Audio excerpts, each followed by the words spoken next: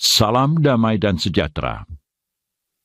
Kali ini kita akan membahas video Dr. Diki Ngades yang berupaya keras menentang dogma Immaculata Conception atau Bunda Maria dikandung tanpa noda. Tonton sampai habis video ini untuk melihat bagaimana semua argumen terbaiknya ternyata sia-sia dan penuh dengan omong kosong. Berikut cuplikan videonya. Melalui naskah Ineffabilis Deus tanggal 8 Desember 1854, dia mendeklarasikan dan mendefinisikan, menjadikan dogma Maria Immaculata sebagai dogma resmi di dalam Gereja Katolik Roma. Jadi dogma Maria Immaculata berarti Maria lahir tanpa dosa asal dan bebas dari noda dosa. Dalam arti dia bukan hanya bebas dari dosa asal, tapi dia tidak melakukan dosa secara aktif. Dan menurut dia, dogma ini revealed by God. Saudara, kalau orang mengatakan dogma itu diwahyukan oleh Allah, maksudnya tidak lain. Dogma itu ada di dalam Alkitab. Nah, nanti kita akan buktikan ayat-ayat yang dia kutip bahwa dogma itu ada di Alkitab. Ternyata dia salah kutip. Dan ayat-ayat itu tidak ngomong apa-apa bahwa Maria itu tidak berdosa. Dia ngoceh lagi tentang bapak-bapak gereja ya.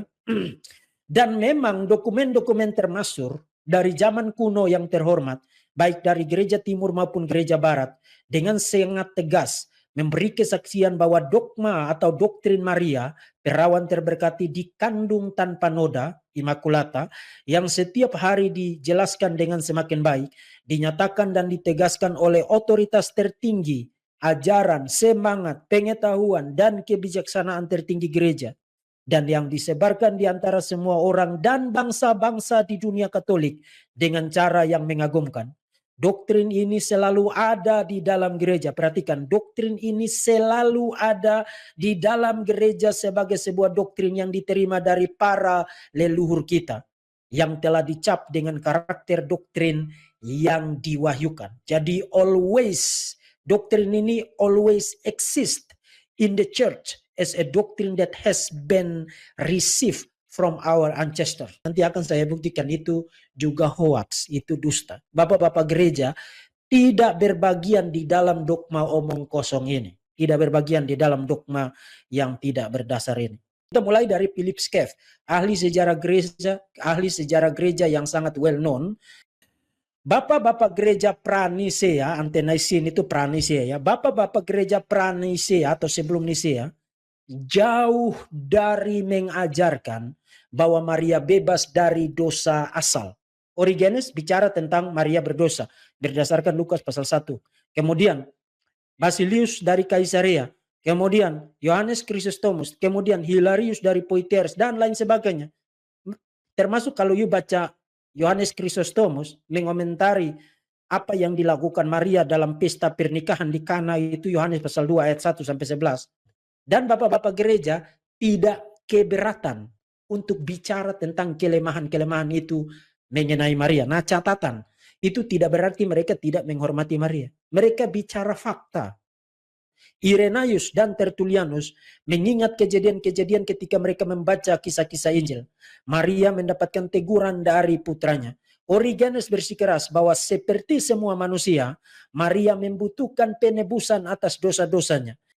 Jadi bapak-bapak gereja tidak berbagian di dalam dogma omong kosong yang baru dikarang-karang oleh Paus Pius IX di dalam naskah Ineffabilis Deus. Almost all Eastern theologian, hampir semua teolog dari pihak gereja timur yang sejauh ini tidak mengakui kesempurnaan spiritual dan moralnya, artinya mereka tidak percaya Maria Immaculata, mengikuti Origenes dalam hal menganggap Maria bersalah atas kelemahan-kelemahannya sebagai manusia. Dan di situ dia merujuk kepada siapa? Cyril of Alexandria, Basilius Agung, dan Yohanes Chrysostomus.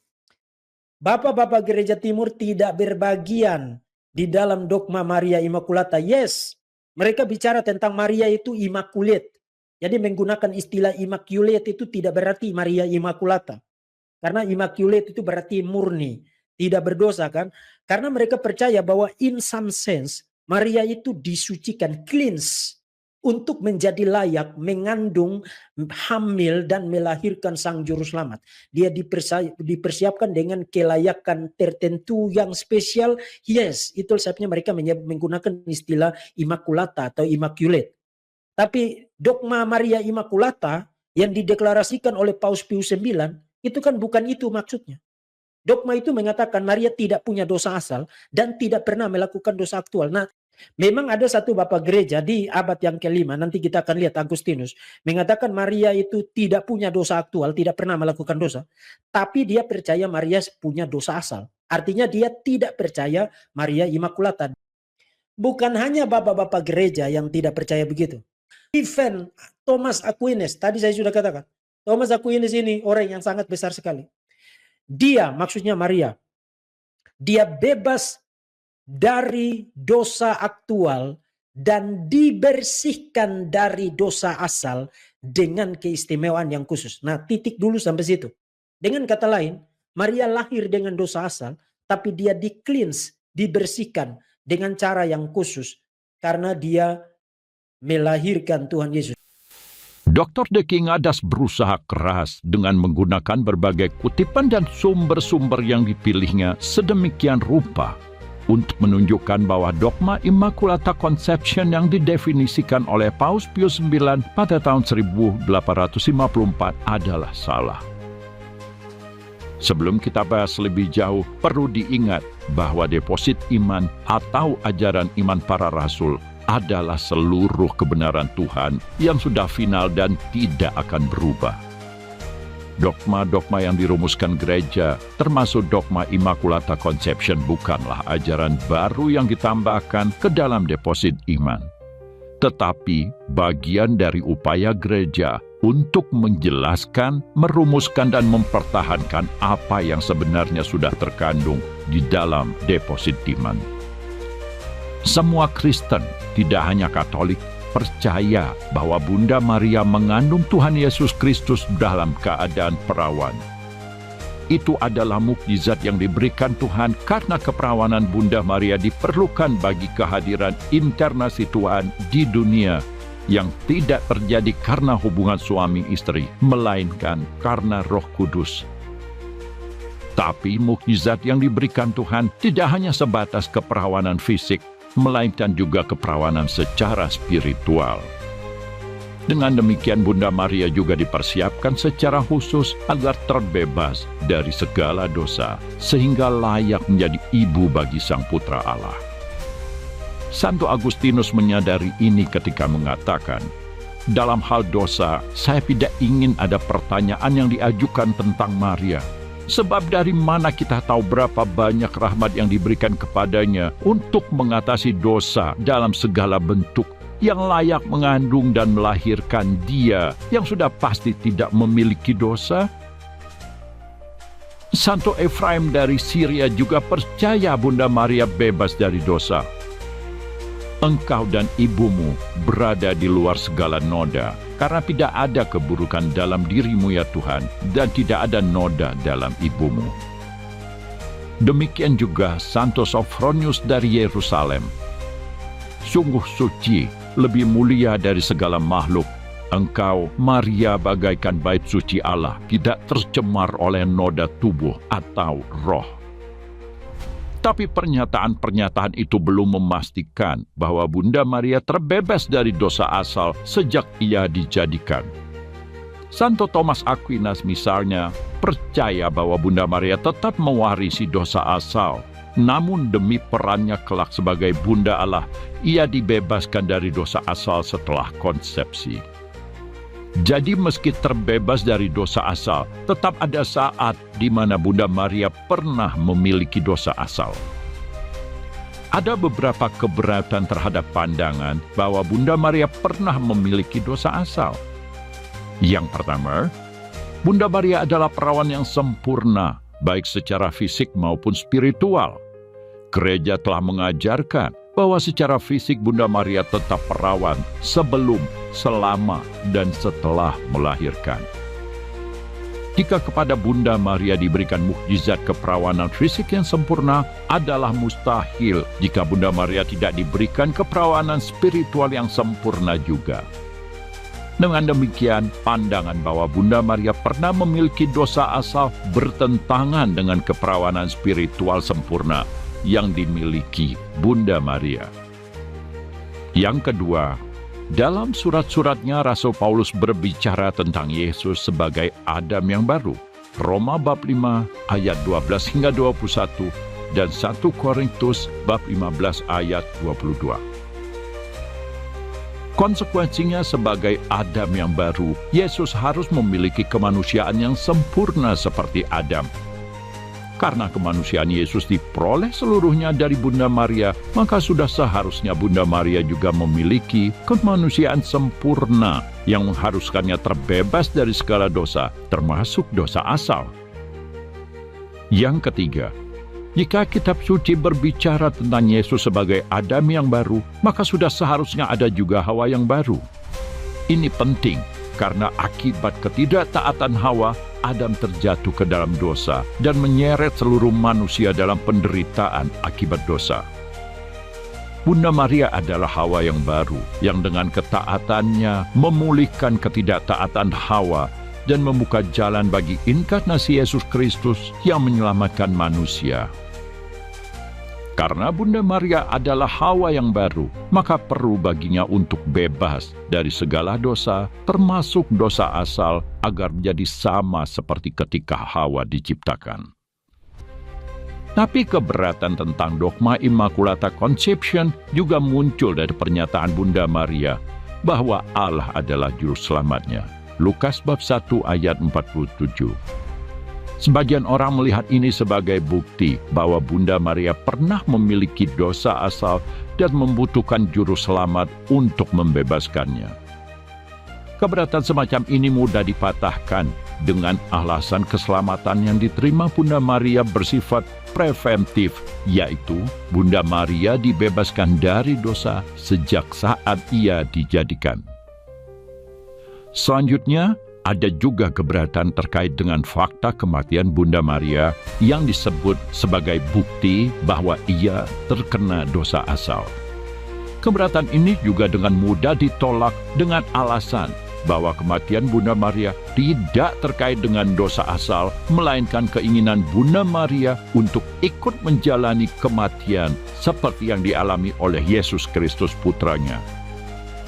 Akhirnya, pada tahun 1854, dalam dokumen Ineffabilis Deus, Paus Pius IX menetapkan Bunda Maria dikandung tanpa noda atau Immaculata Conception sebagai dogma resmi gereja. Di sini kita bisa melihat bahwa dogma Immaculata Conception membantu kita memahami peran penting Bunda Maria sebagai bagian yang integral dari inkarnasi Tuhan dan seluruh karya keselamatan. Dalam videonya, Dr. De Kingadas menyangkal ajaran tentang Bunda Maria dikandung tanpa noda sudah ada sejak zaman para rasul dengan alasan tidak ada tulisan bapak-bapak gereja sebelum Santo Agustinus yang berbicara tentang ketidakberdosaan Maria.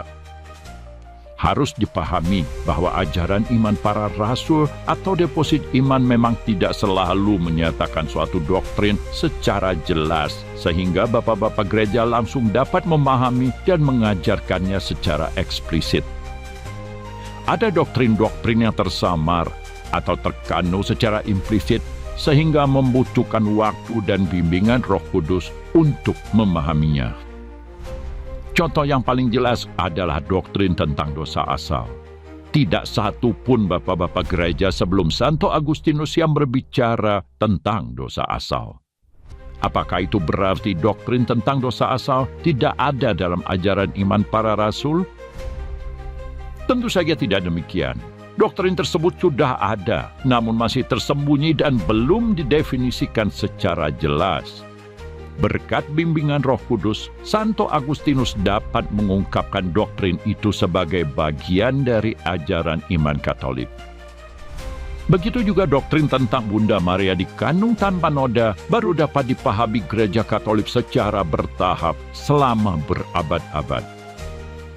Semua perbedaan pandangan dari bapak-bapak gereja tentang ketidakberdosaan Maria yang terjadi dalam proses tersebut adalah hal yang wajar.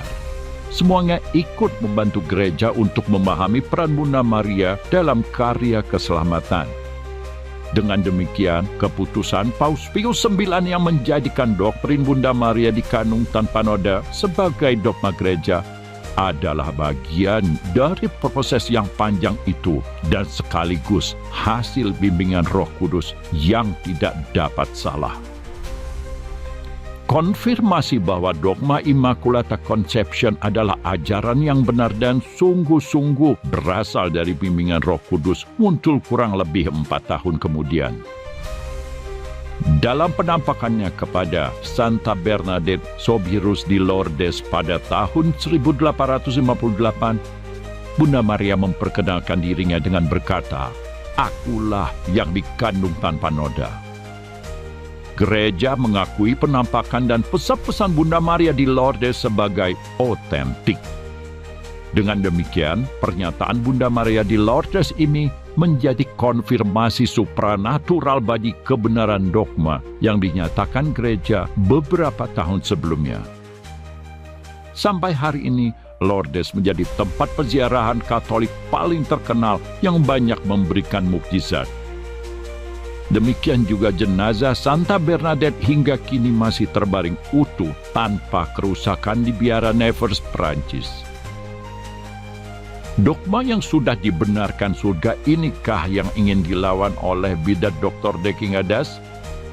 Semoga dia sadar betapa sia-sia usahanya dan betapa sesat logika berfikirnya. Satu hal penting yang dapat kita simpulkan, semua dogma gereja Katolik termasuk Immaculata Conception adalah sungguh-sungguh benar dan harus dipercaya.